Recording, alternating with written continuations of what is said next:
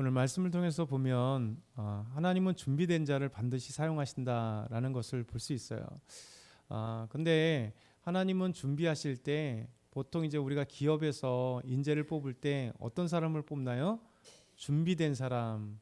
기업에서는 투자가 된 게 아니라 이미 뭐 영어가 준비됐거나 어떤 전공 분야가 준비됐거나 그 분야에서 이미 특화되고 준비된 사람을, 잘 훈련된 사람을 사실 기업에는 그냥 뽑잖아요. 근데 하나님이 사용하실 때는 그렇게 하지 않습니다. 그러니까 하나님께서는 우리 요셉의 삶을 지금까지 보았지만 하나님이 사용하시는 사람은 이제 하나님과 쭉 그 삶을 같이 하세요. 그래서 하나님이 훈련시키시고 하나님이 준비케 하시고 그리고 하나님의 때에 그 준비된 사람을 딱 사용하시는 거죠. 오늘 요셉도 마찬가지입니다. 이제 바로가 꿈을 2번이나 꾸고 그 꿈을 해석할 수 있는 점술가들이나 이 현인들을 찾았으나 아무도 해석할 수 없을 때 결국 술 맡은 관원장이 자기의 꿈을 해석함으로 복직되었을 때 2년이라는 시간이 지나고 요셉을 기억하고 요셉을 추천했어요. 그리고 요셉이 바로 앞에 오게 된 겁니다. 그러면서 이 요셉은 그 꿈을 해석할 뿐만 아니라 그 꿈에 대한 대비까지도 이렇게 얘기를 했다는 것이죠. 저는 이 말씀을 보면서 참 요셉이 대단하고 대단하다. 왜냐하면 요셉이 단순하게 꿈 해몽가라면 요셉이 바로가 쓸 이유가 없을 거예요. 왜냐하면 더 이상의 그 꿈 해석하고 그것이 7년 흉년이고 7년 풍년인데 어쩌란 말이야. 이렇게 되잖아요.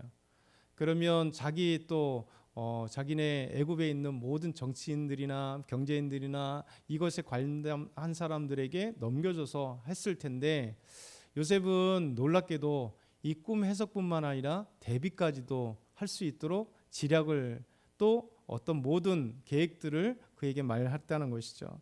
우리 32절에서 36절 다시 한번 천천히 읽어보겠습니다. 바로께서 꿈을 2번 겹쳐 꾸신 것은 하나님이 이 일을 정하셨습니다. 하나님이 속히 행하시리니 이제 바로께서는 명철하고 지혜 있는 사람을 택하여 애굽 땅을 다스리게 하시고 바로께서는 또 이같이 행하사 나라 안에 감독관들을 두어 그 7해 풍년에 애굽 땅의 5분의 1을 거두되 그들로 장차 올 풍년의 모든 곡식을 거두고 그 곡식을 바로의 손에 돌려 양식을 위하여 각 성읍에 쌓아두게 하소서. 이와 같이 그 곡물을 이 땅에 저장하여 애굽 땅에 임할 7해 흉년에 대비하시면 땅이 이 흉년으로 말미암아 망하지 아니하리이다. 아멘. 바로를 꿈꾸게 하신 것은 하나님이 행하실 일 때문에 그렇죠. 결국 하나님의 구원 계획, 하나님의 놀라운 손길을 사실 바로의 꿈을 통해서 일하시는 그 모습을 보게 돼요. 그래서 요셉은 그 꿈에 대해서 얘기하잖아요. 당신이 바로께서 2번 꾸신 것은 하나님이 행하실 일 때문입니다. 그리고 속히 그 일을 행하실 것입니다. 이렇게 얘기합니다. 그러면서 요셉은 참 멋있잖아요. 왜냐하면 이제 지금 꿈을 해석하면 보통 사람은 어떻게 됩니까? 자기를 드러내야 되잖아요. 이 기회다. 내가 출세할 길은 이 기회다. 내 죄를 벗을 것은 이 기회다. 기회를 포착하는 사람이 사실 지혜로운 사람이에요. 요즘에 이제 대통령 경선을 하잖아요. 경선을 하고 이제 어쨌든 간에 후보를 마지막으로 각 당마다 뽑을 때 지금 캠프들이 다 꾸려지잖아요. 왜 캠프에 들어가는 사람들이 사실 뭘 노리냐요? 그와 함께 대통령을 밀고 나중에 자기들이 이렇게 밀었던 함께 협력한 분이 대통령이 되면 다들 보면 성격 팽크에 있는 사람들이 한 자락 다 하잖아요. 어떤 공기업의 사장을 가건 아니면 무슨 무엇을 하던 장관이 되던 이런 것들이 사실 인간이 보통 생각하는 것이잖아요. 우리가 보통 무엇인가 도와주고 무엇인가 하면 내가 거기에 한 자리 하고 내가 출세하고 무엇인가 내 이름이 드러나는 것이 그런 것들이 보통 생각하는 겁니다. 근데 요셉은 신기하게도 분명히 꿈에 대한 해석뿐만 아니라 꿈을 이제 대비할 수 있는 걸 하지만 그 전에 뭐라고 얘기하냐면 바로요 지혜롭고 명철한 사람을 택해 주십시오. 그래서 이제 이 있을 7년의 흉년과 7년의 풍년, 이 풍년 이후에 흉년이 올 것인데 이걸 대비했으면 좋겠습니다. 먼저 이렇게 얘기하죠. 자기를 드러내는 거 아니에요. 그렇죠? 자기는 나는 이런 대책을 갖고 있습니다라고 하는 것이 아니라 왕께서 지혜롭고 그리고 명철한 사람, 이 나라에 지혜롭고 명철한 사람들을 뽑으셔가지고 이제 어떻게 대비하시냐면 풍년이 있는데 아주 좋은 풍년입니다. 이 풍년 때 곡식들을 거두어서 5분의 1을 거두십시오. 그리고 각 성에 저장해 두면 흉년이 올 때 이것을 통해서 흉년을 대비할 수 있습니다라고 하는 것을 이야기하는 것이죠.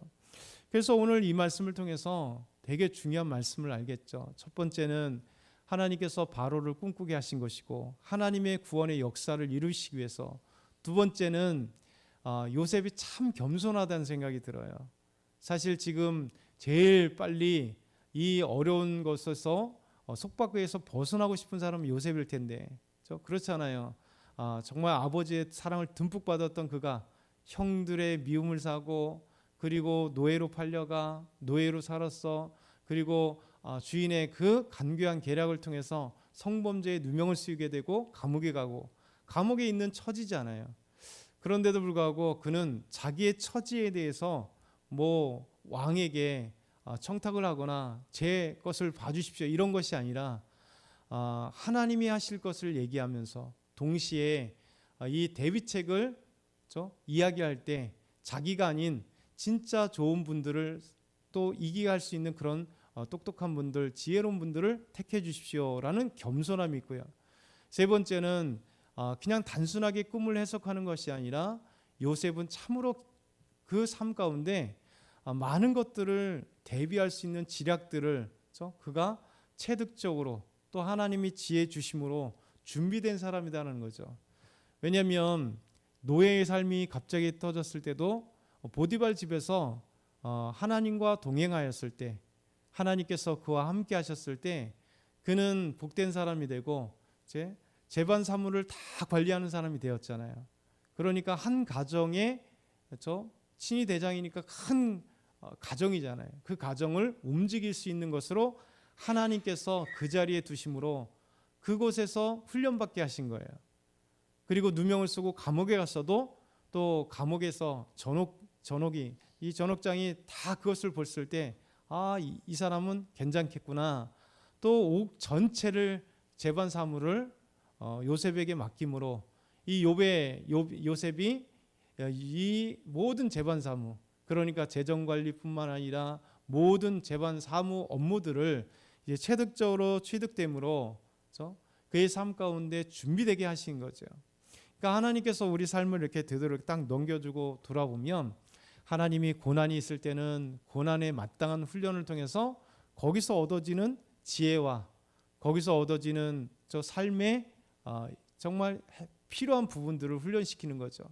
그리고 우리가 풍부에 처했을 때는 또 풍부에 처한 사람들의 그 아름다운 것들을 되는 거예요. 그래서 하나님은 우리의 삶 가운데 올라갔다 내려왔다 올라갔다 내려왔다 할 때 사도 바울처럼 내가 풍부에 처할 줄 알고 모든 것을 경험해 보니까 결국 내게 능력 주시는 자는 하나님이시라는 사실을 고백했듯이 하나님께서 나에게 여러 것을 체험하게 되면 사람은요 단단하게 됩니다. 그렇죠? 단단하게 돼요. 그래서 이 모든 것들이 경험되니까 요셉은 이렇게 바로 앞에 이야기할 수 있었다는 것이죠. 결국 요셉은 하나님이 훈련시키면서 하나님과 함께 준비된 사람, 그러면서 겸손한 사람, 그러면서 바로에게 이 이야기를 해줄 수 있는 지략으로 그가 계략을 생각할 수 있어요. 만약에 바로에게 요셉이 불려갔다 해서 저 꿈을 딱 해석했다 하면 꿈 해석가 정도밖에 되지 않았을 겁니다. 더 이상 요셉이 준비되지 못하고 그가 가지고 있는 그런 계책이 없었다면 그냥 꿈 해석한 걸로 상 받는 것으로 끝났을 거예요. 그런데 이것에 대해서 다음 절을 보면 37절에서 45절에 보면 바로와 그 신하들이 요셉이 한 얘기를 되게 좋게 여긴 거예요. 그러면서 바로가 너무 멋진 얘기를 합니다. 하나님의 영에 감동한 사람이 이 사람밖에 더 있겠느냐. 그러면서 하나님이 이 모든 것을 내게 보이셨으니 너와 같이 명철하고 지혜 있는 자가 없도다. 너는 내 집을 다스리라. 내 백성이 다 내 명령에 복종하리니 내가 너보다 높은 것은 내 왕자뿐이다. 만약에 바로가 이 사람이 꿈을 해석하고 자기가 또 뛰어나기 싶어서 자기 공을 막 드러내기 위해서 내가 할 수 있습니다 이렇게 했다면 아마 바로와 신하들은 이 말에 대해서 듣지 않았을 거예요. 더더군다나 신하들은 그때부터 경쟁이죠. 저자가 꿈을 해석했는데 지가 다 하고 싶어해? 그러면 사람이다 보니까요. 저 지금 꿈을 해석했는데 아무도 해석하지도 못하고, 그리고 웬 낯선, 더더군다나 감옥에서 갇혀있던 한 죄수를 데리고 와서 꿈을 해석했는데, 그러면 신하들이 지금 긴장하지 않겠어요? 자기 자리를 잘못하면 뺏길 뻔했는데, 그런데도 불구하고 요셉의 이 겸손함에 이 신하들까지도 반한 거죠. 그리고 이 풍년과 흉년을 어떻게 해야 될지를 계략을 주니 이 신하들도 다 박수를 칠 수밖에 없는 거죠. 그래서 바로와 신하들이 다 좋게 여김으로 이 바로가 칭찬하고 그를 뛰어난 자리를 주려고 했던 것에 대해서도 신하들도 함께 일치된 견해를 주는 겁니다. 그러면서 바로는 요셉에게 총리 자리를 주면서 모든 애굽의 사무와 모든 애굽의 관리를 맡겨주는 것. 그러면서 이것을 맡길 때 총리에게 맡기는 건 뭐냐면 인장반지죠. 그러니까 왕의 인장반지라고 하는 것은, 이 왕의 인장반지는 이 제국을 다스릴 수 있는 권한을 얘기해요. 그래서 페르시아에도 이 인장반지가 있잖아요. 에스더에 보게 되면 인장반지라는 게 그만큼 중요한 겁니다. 그래서 역사적으로 이것이 또 수많은 자료들을 통해서 또 고고학적으로 이렇게 드러내면서 맞구나. 그리고 한때는 애굽에 총리가 있느냐 없느냐 되게 많은 이렇게 논란이 되었어요. 성경에는 요셉에게 바로의 다음 될 만한 총리를 주었다라고 하는데 이것을 믿지 못하는 거예요. 역사적으로 알 수 없는 자료가 없었기 때문에. 근데 1800년대부터 엄청난 서구 열강이 이집트를 이제 막 고고학으로 발굴하면서 나타난 게 뭐냐면 한 무덤을 폈는데 그 무덤 안에서 부장품 중에 이 석상, 그 사람의 인물상과 그리고 직위가 나타난 거예요. 이게 바로 총리의 직위입니다. 그래서 바로만이 아니라 바로 밑에 총리라는 직위라는 것이 역사적으로 있었다는 것이 이제 고고학적으로 증거가 돼서 지금은 애굽의 총리의 이 직함이 다 알게 된 거예요. 어찌됐든 간에 역사적으로 이 바로 다음으로 되는 총리라고 하는 직무가 고 이집트에 있었다는 사실이 지금은 밝혀졌습니다.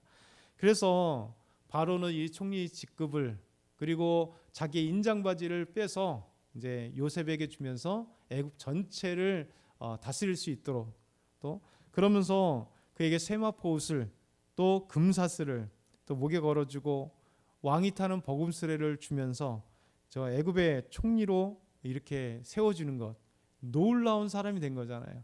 갑자기 노예였다가 노예 신분으로 지금 감옥에 갇힌 죄수 신분이었다가 일약 총리라고 하는, 그냥 수직도 이런 수직이 없죠. 최하위에서 최상위까지. 그런데 이 모든 것을 가능케 하신 것은 바로 하나님이시죠. 그래서 요셉에게 하나님이 이끌어 가시고 훈련하심으로 그가 준비되고 하나님과 준비되었을 때 하나님의 때가 이때를 위한, 에스더처럼 이때를 위한 것이 모르드게가 내가 왕후가 된 것이 이때를 위함인지 누가 알겠느냐. 그러니까 하나님이 저와 여러분도 마찬가지입니다. 우리의 삶 가운데 우리는 작은 것 훈련받을 때요, 내 상황이 쓸모없는 게 없어요. 하나님이 나를 훈련시키시고 내 상황 가운데 그것에서 충실하게 하나님과 함께 하면요, 하나님은 필요할 때 반드시 우리를 사용하세요. 그래서 우리가 직장이 됐던 사업이 됐던 어떤 삶의 어떤 자리가 됐던 하나님이 이렇게 이끌어 가시며 그 자리를 주시는 거거든요. 그래서 결국 그는 또 하나의 놀라운 은혜가 된 거죠. 요셉을 바로가 저 사므나 바네아라라는 이름, 애굽의 이름으로 이제 주는 거예요. 정확하게 이 이름의 뜻은 정확하게 모릅니다. 근데 애굽의 이름으로 한다면 은밀한 곳을 열어보는 자라는 뜻을 갖고 있어요. 그러니까 하나님의 꿈을 꾸게 하시니 은밀한 것을 열어보는 자. 또 다른 뜻은 그가 신이다라는 거예요. 그가 신의 말을 한다. 그리고 신이 그와 함께한다, 실존한다, 이런 뜻을 갖고 있고, 더더군다나 바로도 참 지혜롭죠. 총리만을 딱 주면 누가 그에게 힘을 실어주겠어요. 그러니까 이 온이라고 하는 곳에 제사장의 딸, 제사장 딸, 이 제사장 아스낫을 그에게 줍니다. 온이라는 건 고대 고왕국이에요. 고왕국의 이제 태양신 나를 섬기는 주요 도시예요. 그 도시의 제사장의 딸이면 애굽에서 강력한 힘을 발휘하고 있는 제사장. 왜냐하면 제사장은 애굽에 있어서 바로 다음으로 강력한 힘을 갖고 있어요. 왜냐하면 이집트 자체가 종교의 나라였기 때문에 강력한 힘을 갖고 있는 게 제사장이거든요. 온이라는 지역은 태양신의 그 주 섬기는 도시였기 때문에 후에 이제 그리스어의 헬리오폴리스라고 하는 도시인데요.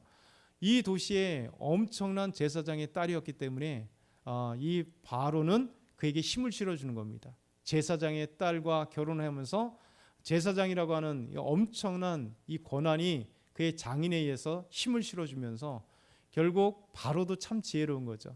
그러니까 하나님께서 이렇게 준비된 요셉, 하나님이 준비시키고 준비된 요셉을 정말 적재적소에 쓸 때, 또 요셉은 하나님이 준비시켰을 때 다른 그가 갖춰야 될 것들을 갖추었을 때 이때 빛나게 하시는 것처럼 하신다는 거죠. 저희 여러분도 마찬가지입니다.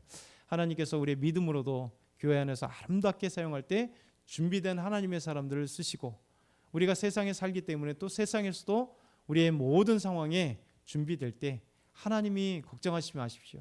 우리와 함께 하실 때 가장 그때 우리는 절망하는 것 같으나 하나님이 이미 준비하셔서 빛나게 하시는 때를 우리에게 주실 때, 그랬을 때 우리가 그 자리에 가도 넉넉히 일을 행할 수 있는 그런 능력의 사람이 될 수 있을 것, 이것을 오늘 말씀하십니다. 오늘도 이 말씀을 기억했으면 좋겠습니다. 아멘.